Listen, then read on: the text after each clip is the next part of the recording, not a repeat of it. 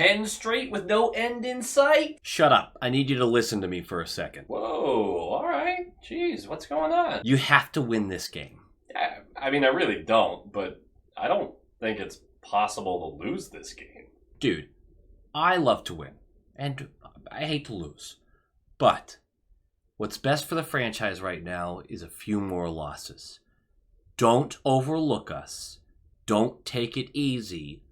Win this game. So what, you'd be upset if you won? No, look, I see what you're doing, but seriously, think about this, man. It won't be good for either of us. It'd be a huge blow to your morale right before the playoffs. Everyone would be laughing at you because we've just lost 10 straight. And you guys clearly need home ice advantage. Don't take any chances with this. You idiot. You just handed me a golden ticket to get under your skin for once, and I'm gonna take it. Dude, no. This is gross. This isn't like you, man. Are you really gonna be upset if you win? Hell no. We've lost 10 straight, and I'm genuinely getting concerned about my lifespan at this point. Wait, so was that all? Oh, that's playing dirty. You say what you want. I love winning. But I really hate to lose. Low quality fans of a high quality Bruins team that is a dub! It has been like 4 weeks since I've said that. My goodness, what a win! What a dub! It's beautiful. It's fantastic. It makes you feel all kind of feelings inside. And I know, there's a group of you that go, didn't really need this. I get it. But the silver line here is A, there's some hope that this team is functional. And B, that was fun as hell. That was a really great game by a couple people that we're going to talk about a little later. Some role players who this is what you need to see. This is what you need to see. Let's talk. Let's break it all down. Let's go through it. You love to win, you hate to lose, and you love to win. This Carolina Hurricanes team, which somehow always finds a way to embarrass itself against the Bruins at some point or another. Like, they're good at that, right? They absolutely whooped us 8-2 earlier in the season. I want to say that's October, or maybe November. I think late October. And then a fairly competitive game, 3-2 final. I know these scores because I looked them up, not because I have an amazing memory like that. But that had to be just a month or two ago. So this obviously the Canes are a better team than the Bruins right now. A great team, even. And after all the Rantanen stuff, which was more drama than honestly it was worth, because I mean, they're fine, right? Rantanen was hopefully going to give them some pop. They got a good return once they sent him back out. Everything's fine. That's going to get forgotten about for the most part, I think. But they should still be considered a true contender, I think. Second-ranked penalty kill, 7th in goals for, 7th in goals allowed. The big blemish as far as their team structure go is they have the 23rd ranked power play, which is somewhat predictable even with the talent they had. They were hoping that Rantanen would help fix that, but what do we talk about every single year with the Canes? They lack that true scoring threat. The structure is there, the defense is there, the goaltending. We've talked about, I don't know if Kachekov's a guy or whatever, but Anderson's been good when he's healthy. The goaltending's usually going to be fine because their structure defensively is so good. Offensively, they're always near the top of the league, but they just don't play a game that's threatening, a game that they bring to you, right?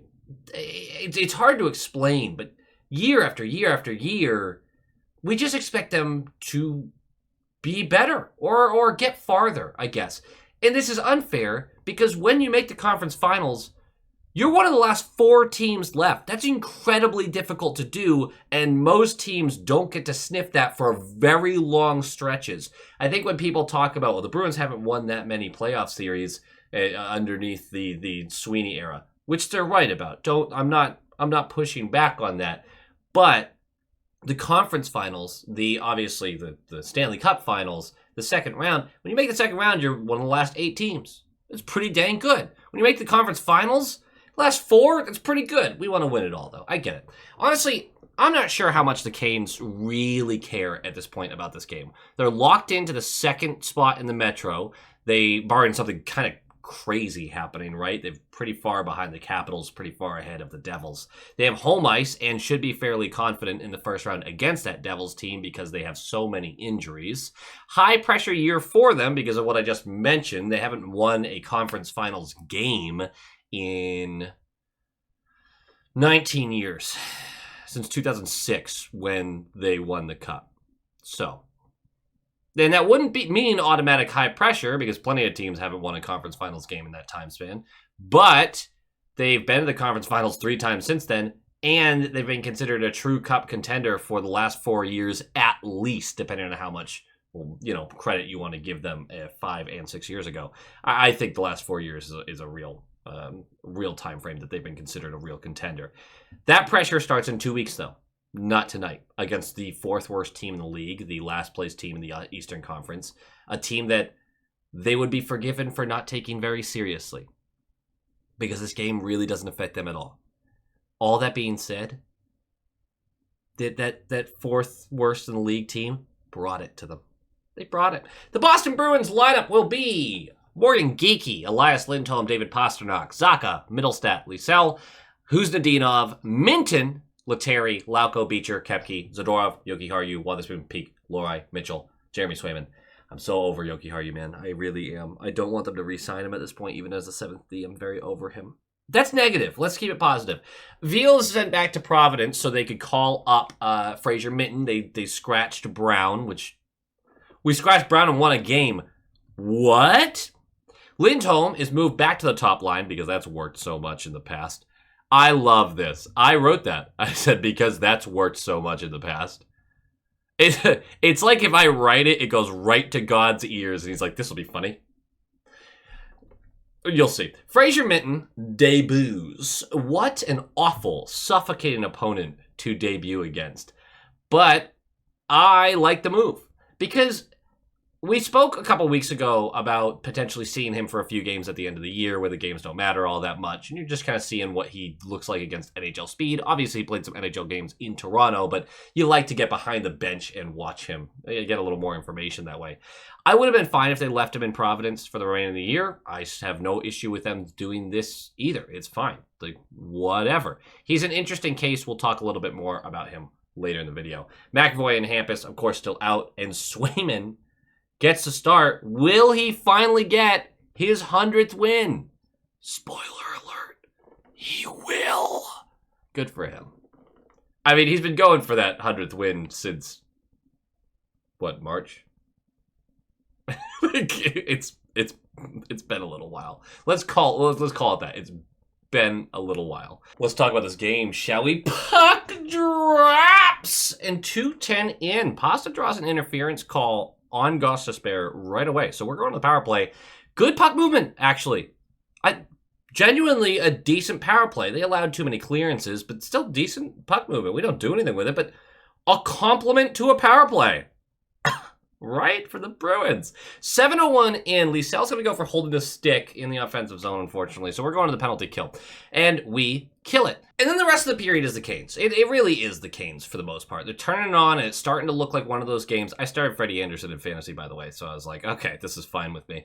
It was just all Canes pouring it on. Swayman has to come up with big save after big save, and it just looks like another one of those games where, okay, they'll hold on for a little while, but eventually the dam will break, which actually has been the past couple of games. Maybe not all of them, but there's been a few games in this mix of 10 where the Bruins were fighting to start the game. They were there. They were playing NHL games at NHL pace. They didn't look better than their opponent. They looked worse than their opponent, but the game was staying close. And then eventually the dam broke. So this had that situation all over it. But 1:11 left in the period. That's right, under 2 minutes left of the period, and the Bruins are going to do something. Been mostly Canes pressure up to this point. But the Bruins are breaking it out. Pasta on the right side of the neutral zone just passes to Geekie. Normal play. Geekie's going to cross over the blue line into the offensive zone. He doesn't have a lot of support. He's got enough room because the defenseman in front of him has backed off enough that he can get some power on this shot. So he puts it on the forehand and rips it low blocker. 9 times out of 10, this doesn't go in. It's a softie. doesn't matter. We take those. Somehow, it bobbles by the blocker side, and it is 1-0. Great. We take him. Awesome. Geeky gets, I think it's his 28th. He's much closer to that 30. He might get there. Scary for his contract, but whatever. 13 seconds left of the period, and you're going to hurt my feelings with this because, again, I started Freddie Anderson in fantasy in the finals. But the Bruins are buzzing, and it really starts to get dangerous when Peak, on the right point, hammers a shot on net. Remember, Peak, not a great shot, but boy, does he love to shoot. He shoots a lot for a guy who's not an offensive defenseman. Either way, it's blocked by a stick and broken. Then that stick gets broken, not the puck. That stick gets broken. So the rebound gets kind of attempted to get cleared out. Peak knocks it down. He reloads and he fires again. This time it would bounce over to the left circle where Pasta is there. Pasta's going to blindly pass this back into the slot. Like around the back, he doesn't have a lot there to work with. He's just going to get it into a dangerous area. The reason I brought up the broken stick is because the only Canes player in a close vicinity to that puck is the guy who had the broken stick. So he can't really make a good play on this. That allows Geeky to come over, collect it, tap it to Pasta, who's now circling over the top of the slot. He's going to just run his little ass down into the right circle, fire this on net. The initial, or in front of the net, the initial save is made, 5-hole, bounces out to Lindholm, who's right there to clean it up. And it's 2-0. Elias Lindholm with a point. Pasta has 2 assists. Geeky has a goal. So Elias Lindholm and Geeky both have goals. Pasta has 2 assists. That line is combined for 4 points. Maybe more than 4 points at this point, but they're combined for 2 goals. And I was dunking all over them early on, and it would get worse. And by the worse, I mean way better. Second period starts 4:51 in. Aho for slashing. We're going to the power play. No, we're not going to talk about that one. 9:46 left. This is absurd. This is the kind of sniper-rooney and cheese that needs to be in a whole different category that I'm not clever enough to make up. This was stupid. This was so dumb. Like, if you're actively rooting for the tank, you watch this and you're like, what? Where is this coming from? It was awesome. It was so cool. This is just a board battle near the right corner of the Canes zone. Elias Lindholm gets it off the wall. Pasta swoops in, collects it, skates his way across the crease, but Freddie is following him the whole way. He's got this locked up. Pasta gets over to the opposite side of the goal line, and he just zero angle. Just turns, puts it on his forehand. He maybe has it 2 inches in front of the goal line and somehow manages to fire this perfectly between Anderson, go far post, and in. This is just an unreal shot. It doesn't even look physically possible. NHL players, man, and Pasta in particular, obviously. The talent these guys have. Once in a while, you just gotta sit back and go, incredible. Just awesome. What a goal. 3-0. That's when I sat there and went, man, Pasta is sick of losing. He is so sick of losing. We're gonna go to the third period now, where I wasn't nervous, but I certainly wasn't confident the Bruins were winning this game. And not because I'm a negative Nelly, but because I've watched the Bruins this year. I mean, facts are facts, right? Patterns are patterns. You notice them. But 1:28 in, the Canes turn the puck over in the neutral zone, and in comes Geeky across the blue line. Pasta is sprinting down the right side, gets behind the defender, and it looks like he's going to go for like a backdoor tapping kind of style, but Geeky decides to pass this a little early, give him some time to work with the puck. He chips it, though. He's trying to put some sauce on that to actually get it to him. The defenseman in between the two gets a piece of it, pops it up high, and as soon as that comes low enough for Pasternak, it's not like a high one. It's kind of, but as soon as it gets low enough below the crossbar, Pasta just goes, doop, and he tips it too. It's not even like a smash. He just gets a little piece of that, and it goes high blocker side. It's 4-0, and then I was like, oh, yeah, we're winning this one. Because I don't think Pasta's going to allow us not to win this one. Because he's up to 4 points on the game. 2 goals, 2 assists.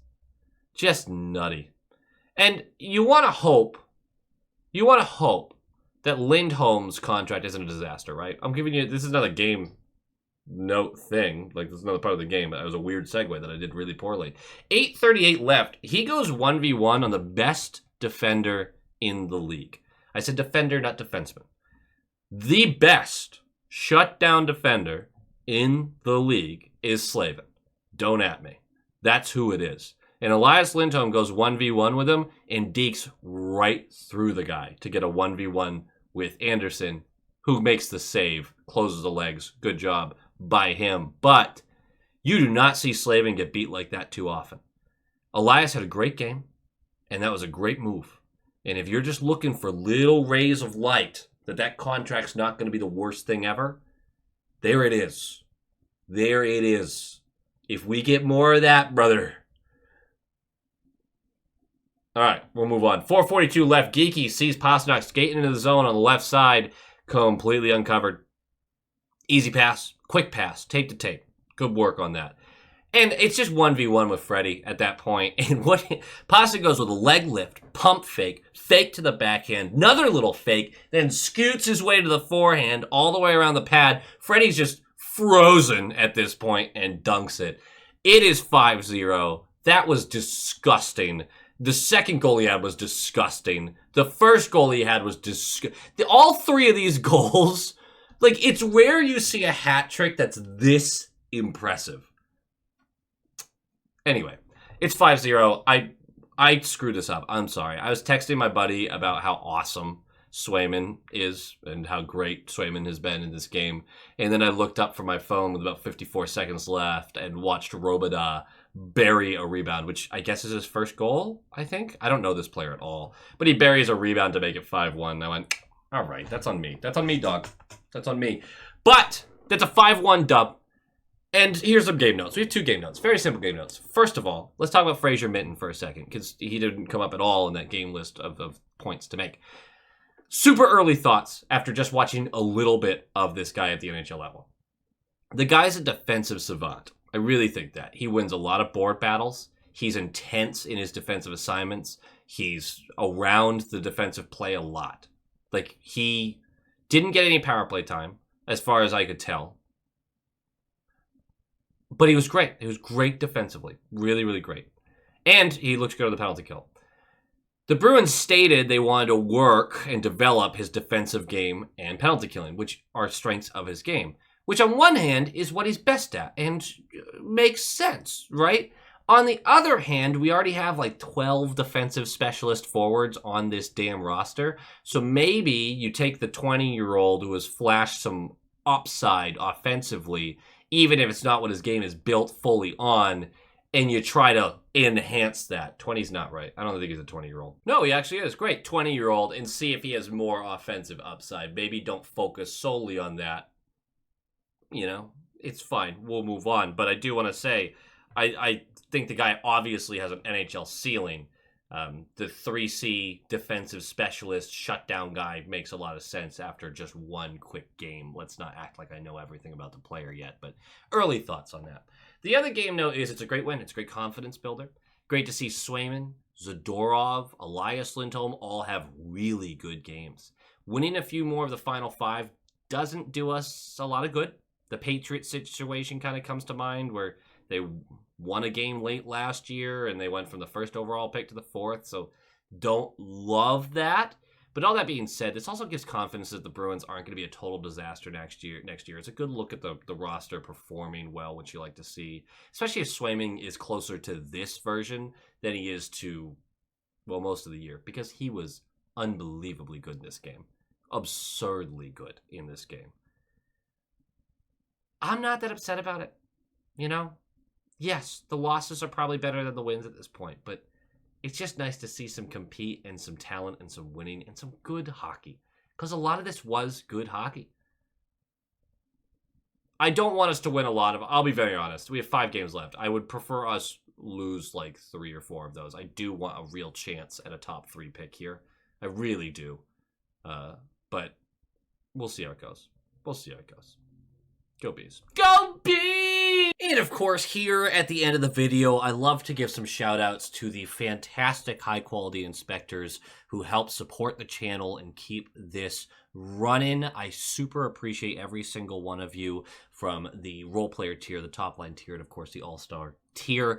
We are going to do our shout outs for this top line tier. Thank you so much to Sean Kreider, Michael Kammerer, Chris and Erica, Kevin Timperley, Quackin' Platypus, JM, Smoke Channels, Shaggy, Adam Ella, Albert Waldron, Negev79, Lola Cattingsworth, EKM Productions, Moonlighter TV, Big Bad Bruin, The Bugman, Jeff with a G, Tommy Braga, Roland22, GD Viperworks, Len Kreutz, Brock Nope, Han Slobo, Coach D, The Atomic Lizard, Bradley Johnson, Brett Arney, Pincent, and Nick Zatrullo. Thank you so much, each and every one of you. Your top line material. But now we got to move on to our all-star tier members, the absolute legends. We have Jacob Pratt, Jake Brower, Dampen, JG's 12, Mark S., Ann Hustis, Tim R., Lorenzo Wood, Penny Pasta, Levi Catalani, Boston Stringler, Bagel, Nightmare Eco, John Kirk, Joel, Stealthy Potato, Heil E. Coyote, Darren Woodbury, Abraxion, Wolf Warrior, Vinny, Adrian Winter, Tupton D. Tashi, Bruin Smash, D.A. Kingery, The Only Newts, A Tasty Snack, Dutes42, and Jeremy. Thank you all for all of the support and love that you are all giving. I appreciate each and every one of you. And as always, go Bees!